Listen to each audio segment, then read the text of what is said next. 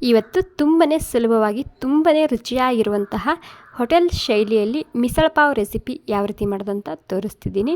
ಸುಮಾರು ಒಂದು 10 ಜನರಿಗೆ ಆಗುವಷ್ಟು ಮಿಸಲ್ ಪಾವ್ ಮಾಡ್ತಿದ್ದೀನಿ. ಸೊ ಬನ್ನಿ ಇವಾಗ ಯಾವ ರೀತಿ ಮಾಡೋದಂತ ನೋಡೋಣ.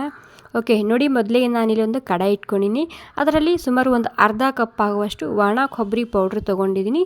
ಕೊಬ್ಬರಿನ ನಾನು ಪೌಡ್ರ್ ಮಾಡ್ಕೊಂಡು ಅಂದರೆ ತುರ್ಕೊಂಡು ತೊಗೊಂಡಿದ್ದೀನಿ. ಇವಾಗ ಈ ರೀತಿ ಕೆಂಪಾಗೋ ತನಕ ಹುರ್ಕೊತಿದ್ದೀನಿ. ನೀವು ಸಣ್ಣದಾಗಿ ಕಟ್ ಮಾಡ್ಕೊಂಡು ಕೂಡ ತೊಗೋಬೋದು, ಬಟ್ ಹುರಿಯೋದಕ್ಕೆ ಸ್ವಲ್ಪ ಟೈಮ್ ಹಿಡಿಯುತ್ತೆ. ಓಕೆ ನೋಡಿ, ಕೊಬ್ಬರಿ ಕೂಡ ಕೆಂಪಾಗಿದೆ. ಈ ರೀತಿ ಕೆಂಪಾಗೋ ತನಕ ಇದನ್ನು ಹುರ್ಕೋಬೇಕಾಗುತ್ತೆ. ಇವಾಗ ಇದನ್ನು ನಾನು ಮಿಕ್ಸಿ ಜಾರ್ನಲ್ಲಿ ಹಾಕ್ಕೊತಿದ್ದೀನಿ, ಅಥವಾ ಸುಮಾರು ಒಂದು ಅರ್ಧ ಕೊಬ್ಬರಿ ಗುಂಡನ್ನು ನಾನು ಈ ರೀತಿ ತುರ್ಕೊಂಡು ಕೆಂಪಾಗೋ ತನಕ ಹುರ್ಕೊಂಡಿನಿ. ಓಕೆ ನೋಡಿ, ಮಿಕ್ಸಿ ಜಾರ್ನಲ್ಲಿ ಹಾಕ್ಕೊಂಡಾಗಿದೆ. ಇವಾಗ ಅದೇ ಕಡೆಯಲ್ಲಿ ಮತ್ತೆ ಒಂದು ಸ್ವಲ್ಪನೇ ನಾನಿಲ್ಲಿ ಎಣ್ಣೆ ಹಾಕ್ಕೊತಿದ್ದೀನಿ. ಓಕೆ, ಇವಾಗ ಎಣ್ಣೆ ಗರಂ ಅಲ್ಲಿ ಅಲ್ಲಿ ತನಕ ವೆಯ್ಟ್ ಮಾಡಬೇಕಾಗುತ್ತೆ. ಎಣ್ಣೆ ಗರಂ ಆದಮೇಲೆ ಒಂದು ಅರ್ಧ ಚಮಚ ಆಗುವಷ್ಟು ಜೀರಿಗೆ ಹಾಕಿದ್ದೀನಿ. ಮತ್ತು ಒಂದು 2 ಈರುಳ್ಳಿನ ಉದ್ದುದ್ದಾಗಿ ಕಟ್ ಮಾಡ್ಕೊಂಡು ಹಾಕ್ಕೊತಿದ್ದೀನಿ. ಅದ್ರ ಜೊತೆಗೆ ಹಸಿ ಶುಂಠಿ ಮತ್ತು ಬೆಳ್ಳುಳ್ಳಿ ಕೂಡ ಸ್ವಲ್ಪ ಸ್ವಲ್ಪ ಹಾಕ್ಕೊತಿದ್ದೀನಿ. ಇವಾಗ ಈ ಈರುಳ್ಳಿ ಕೂಡ ಅಷ್ಟೇ ಪೂರ್ತಿಯಾಗಿ ಕೆಂಪಾಗಬೇಕು, ಅಲ್ಲಿ ತನಕ ಇದನ್ನು ಹುರ್ಕೋಬೇಕಾಗುತ್ತೆ. ಈರುಳ್ಳಿ ಮತ್ತು ಕೊಬ್ಬರಿ ಪೌಡ್ರ್ ಕೆಂಪಾಗೋ ತನಕ ಹುರ್ಕೊಂಡ್ರೆ ಗ್ರೇವಿ ತುಂಬಾ ಸರಿಯಾಗಿ ಬರುತ್ತೆ. ಓಕೆ ನೋಡಿ, ಈರುಳ್ಳಿ ಕೆಂಪಾಗಿದೆ. ಇವಾಗ ನೋಡ್ತಿರ್ಬೋದು, ಈರುಳ್ಳಿ ಕೆಂಪಾದಮೇಲೆ ಇಲ್ಲಿ 3 ಟೊಮೆಟೊನ ಉದ್ದುದ್ದಾಗಿ ಕಟ್ ಮಾಡಿ ಹಾಕ್ಕೊತಿದ್ದೀನಿ. ಅಂದರೆ 2 ಈರುಳ್ಳಿ ಒಂದು 3 ಟೊಮೆಟೊ ಯೂಸ್ ಮಾಡಿದ್ದೀನಿ ಇಲ್ಲಿ ಗ್ರೇವಿ ಮಾಡೋದಕ್ಕೆ. ಓಕೆ, ಇವಾಗ ಈ ಟೊಮೆಟೊ ಕೂಡ ಅಷ್ಟೇ ಪೂರ್ತಿಯಾಗಿ ಸಾಫ್ಟ್ ಆಗಬೇಕಿದ್ದು, ಅಲ್ಲಿ ತನಕ ಇದನ್ನು ಹುರ್ಕೋಬೇಕಾಗುತ್ತೆ. ಏನು ಕಷ್ಟನೇ ಇಲ್ಲ, ತುಂಬಾ ಸರಳವಾಗಿ ಮಾಡುವಂತಹ ರೆಸಿಪಿ. ನೀವು ಈ ವಿಧಾನದಲ್ಲಿ ಖಂಡಿತ ಒಂದು ಸ್ವಲ್ಪ ಟ್ರೈ ಮಾಡಿ ನೋಡಿ, ತುಂಬಾ ಸರಿಯಾಗಿ ಬರುತ್ತೆ. ಓಕೆ ನೋಡಿ, ಟೊಮೆಟೊ ಪೂರ್ತಿಯಾಗಿ ಸಾಫ್ಟ್ ಆಗಿದೆ ನೋಡ್ತಿರ್ಬೋದು. ಇವಾಗ ನಾನು ಕೊಬ್ಬರಿ ಪೌಡ್ರ್ ಮಿಕ್ಸಿ ಜಾರ್ನಲ್ಲಿ ಹಾಕಿಟ್ಟಿದ್ದೀನಲ್ಲ, ಅದೇ ಮಿಕ್ಸಿ ಜಾರ್ನಲ್ಲಿ ಇದನ್ನು ಕೂಡ ಹಾಕ್ಕೊತಿದ್ದೀನಿ. ಓಕೆ, ಇವಾಗ ಒಂದು 5 ನಿಮಿಷ ಅದು ತಣ್ಣಗಾಲಿ, ಅಲ್ಲಿ ತನಕ ಇಲ್ಲಿ ನಾನೊಂದು ಕುಕ್ಕರ್ ಇಟ್ಕೊತಿದ್ದೀನಿ. ಕುಕ್ಕರ್ದಲ್ಲಿ ಒಂದು ಸ್ವಲ್ಪ ಎಣ್ಣೆ ಹಾಕ್ಕೊತಿದ್ದೀನಿ. ಎಣ್ಣೆ ಗರಂ ಆದಮೇಲೆ ಒಂದು ಈರುಳ್ಳಿ ಹಾಕ್ಕೊತಿದ್ದೀನಿ, ಸಣ್ಣದಾಗಿ ಕಟ್ ಮಾಡ್ಕೊಂಡು. ಇಲ್ಲಿ ನೀವು ಸಣ್ಣದಾಗಿ ಕಟ್ ಮಾಡ್ಕೊಂಡು ಹಾಕೋಬೇಕಾಗುತ್ತೆ ಈರುಳ್ಳಿ. ಓಕೆ, ಇವಾಗ ಈರುಳ್ಳಿ ಹಸಿ ವಾಸನೆ ಹೋಗೋ ತನಕ ಹುರ್ಕೊತಿದ್ದೀನಿ. ಓಕೆ ನೋಡಿ, ಹಸಿ ವಾಸನೆ ಹೋಗಿದೆ, ಲೈಟಾಗಿ ಕೆಂಪಾಗಿದೆ ಈರುಳ್ಳಿ. ಈ ಟೈಮ್ನಲ್ಲಿ ಒಂದು 1/4 kg ಆಗುವಷ್ಟು ಮಟಕಿ ಹಾಕ್ಕೊತಿದ್ದೀನಿ. ಈ ಮಟಕಿ ನಾನು ಮನೆಯಲ್ಲೇ ಮಾಡಿರೋದು. ಸೊ ಮನೆಯಲ್ಲಿ ಕೂಡ ಈ ಮಟಕಿ ತುಂಬಾ ಸುಲಭವಾಗಿ ಮಾಡ್ಕೋಬೋದು, ಮೊಳಕೆ ಬರಿಸಿದಂತಹ ಮಟಕಿ. ಓಕೆ ನೋಡಿ, ಮಟಕಿ ಹಾಕಾಗಿದೆ. ಇವಾಗ ಹಾಕಿದ ಮೇಲೆ ಇದಕ್ಕೆ ರುಚಿಗೆ ತಕ್ಕಷ್ಟು ಉಪ್ಪು ಹಾಕ್ಕೊತಿದ್ದೀನಿ. ಮತ್ತು ಒಂದು ಸ್ವಲ್ಪನೇ ಅರಿಶಿಣ ಕೂಡ ಹಾಕ್ತಿದ್ದೀನಿ. ಇವಾಗ ಎಲ್ಲ ಸೇರಿಸಿ ಒಂದು 2 ನಿಮಿಷ ಆಗೋ ತನಕ ನಾನು ಇದನ್ನು ಹುರ್ಕೊತಿದ್ದೀನಿ. ಈ ರೀತಿ 1 ರಿಂದ 2 ನಿಮಿಷ ಹುರ್ಕೊಂಬೋದ್ರಿಂದ ನಮ್ಮ ಮಿಸಲ್ ಪಾವ್ ರೆಸಿಪಿ ತುಂಬಾ ಸರಿಯಾಗಿ ಬರುತ್ತೆ ಮತ್ತು ಜಾಸ್ತಿ ಬೇಯಿಸೋದಕ್ಕೆ ಟೈಮ್ ಕೂಡ ಹಿಡಿಯೋದಿಲ್ಲ. ಓಕೆ ನೋಡಿ, ಒಂದು 2 ನಿಮಿಷ ಆಗೋ ತನಕ ನಾನಿಲ್ಲಿ ಹುರ್ಕೊಂಡಾಗಿದೆ. ಇವಾಗ ಇದಕ್ಕೆ ಬೇಯೋಕ್ಕೆ ಎಷ್ಟು ಬೇಕಷ್ಟು ನೀರನ್ನ ಹಾಕ್ಕೊತಿದ್ದೀನಿ, ಅಥವಾ ಮಟಗಿ ಮುಳುಗುವಷ್ಟು ನೀರು ಹಾಕಿದರೆ ಸಾಕಾಗುತ್ತೆ. ಇವಾಗ ಹೈ ಫ್ಲೇಮ್ದಲ್ಲಿ ಕೇವಲ 1 ಸೀಟಿ ಆಗೋ ತನಕ ಇದನ್ನು ಹೊಡ್ಸ್ಕೊಂಡು ತೊಗೊತಿದ್ದೀನಿ. ಜಾಸ್ತಿ ಹೊಡ್ಸ್ಕೋಬಾರ್ದು, ಒಂದೇ ಸೀಟಿ ಹೈ ಫ್ಲೇಮ್, ಜಸ್ಟ್ 1 ಸೀಟಿ ಆಗಿದೆ. ಇವಾಗ ನಾನು ಇದನ್ನು ಕುಕ್ಕರ್ ಕೆಳಗಡೆ ಇಟ್ಕೊತಿದ್ದೀನಿ. ಇವಾಗ ಮತ್ತೊಂದು ಕಡೆ ಇಟ್ಕೊತಿದ್ದೀನಿ. ಇವಾಗ ಇಲ್ಲಿ ನಾವು ಮಸಾಲ ಮಾಡಿಟ್ಕೊಂಡಿದ್ದೀವಲ್ಲ, ಇದನ್ನು ಕೂಡ ತಣ್ಣಗಾಗಿದೆ. ನೀರು ಹಾಕ್ದೇ ಇದನ್ನು ಸ್ಮೂತಾಗಿ ರುಬ್ಕೊತಿದ್ದೀನಿ. ಬೇಕಾದರೆ ಸ್ವಲ್ಪ ನೀರು ಹಾಕೋಬೇಕು, ಒಂದು 3-4 ಚಮಚ ಆಗುವಷ್ಟು, ಜಾಸ್ತಿ ನೀರು ಹಾಕೋಬಾರ್ದು.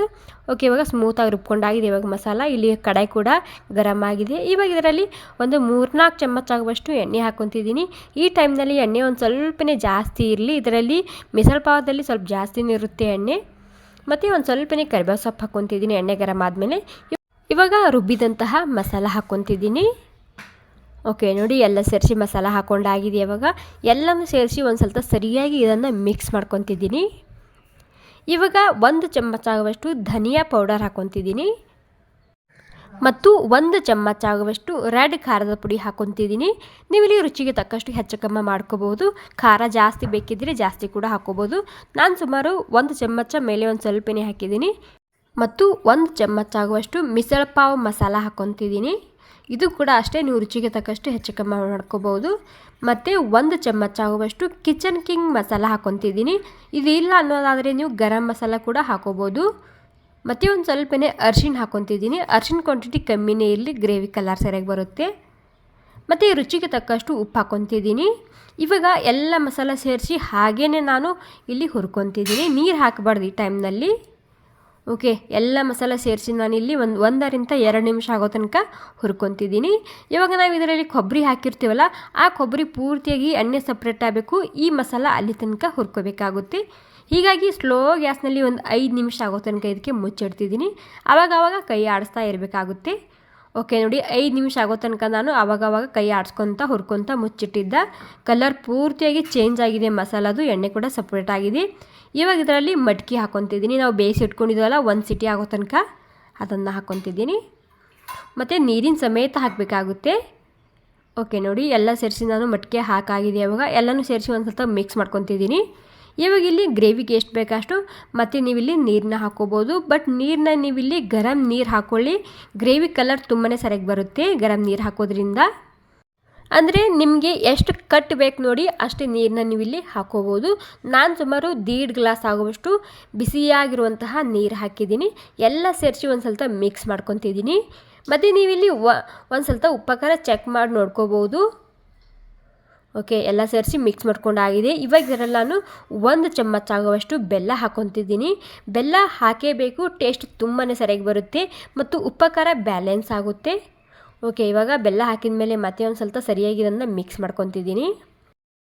ಓಕೆ ನೋಡಿ, ಎಲ್ಲ ಸೇರಿಸಿ ಮಿಕ್ಸ್ ಮಾಡ್ಕೊಂಡಾಗಿದೆ. ಇವಾಗ ಒಂದು ಸ್ವಲ್ಪನೇ ನನಗೆ ಉಪ್ಪು ಕಮ್ಮಿ ಅನ್ನಿಸ್ತಿದೆ. ಹೀಗಾಗಿ ಒಂದು ಸ್ವಲ್ಪನೇ ಉಪ್ಪು ಹಾಕ್ಕೊತಿದ್ದೀನಿ.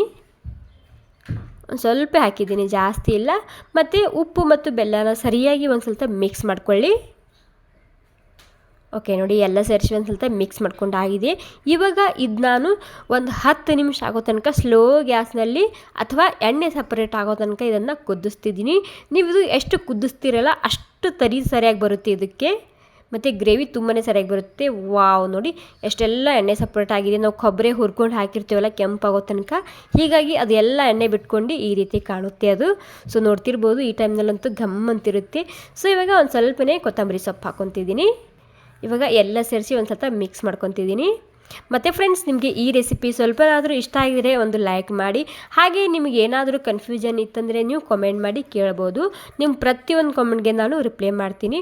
ಓಕೆ ನೋಡಿ, ಎಷ್ಟು ಸರಿಯಾಗಿ ಕಾಣ್ತಿದೆ ಅಲ್ವಾ? ತುಂಬಾ ಸುಲಭವಾದಂತಹ ರೆಸಿಪಿ. ಸೊ ಖಂಡಿತ ಒಂದು ಸ್ವಲ್ಪ ಟ್ರೈ ಮಾಡಿ ನೋಡಿ, ಪರ್ಫೆಕ್ಟಾಗಿ ಬರುತ್ತೆ. ಓಕೆ ನೋಡಿ, ನಮ್ಮ ಮಿಸಳ ಪಾವ್ ರೆಸಿಪಿ ತಯಾರಾಗಿದೆ. ಸೊ ಖಂಡಿತ ಒಂದು ಸ್ವಲ್ಪ ಟ್ರೈ ಮಾಡಿ ನೋಡಿ, ತುಂಬಾ ಇಷ್ಟ ಆಗುತ್ತೆ. Okay friends, thank you so much ಇಷ್ಟೊತ್ತನ್ನು ನಾನು ವಿಡಿಯೋ ನೋಡಿದ್ದಕ್ಕೆ. ಇವಾಗ ಪ್ಲೇಟ್ನಲ್ಲಿ ನಾನು ಮೊದಲಿಗೆ ಮಟ್ಕಿ ಹಾಕಿದ್ದ ಮೇಲೆ ಒಂದು ಸ್ವಲ್ಪ ಕಟ್ ಹಾಕಿದ್ದೀನಿ. ಆಮೇಲೆ ಈ ರೀತಿ ಸೇವ್ ಹಾಕ್ಕೊಂಡಿನಿ. ನೀವು ಇದು ಪಾವ್ ಜೊತೆಗೆ ತಿನ್ನೋಕೆ ಇಷ್ಟ ಇಲ್ಲ ಅನ್ನೋದಾದರೆ ಚಪಾತಿ ಅಥವಾ ರೊಟ್ಟಿ ಕೂಡ ಇದನ್ನು ನೀವು ತಿನ್ಬೋದು. ಅಥವಾ ನೀವು ಬಿಸಿ ಬಿಸಿ ಅನ್ನ ಕೂಡ ಈ ರೆಸಿಪಿನ ತಿನ್ಬೋದು. Thank you.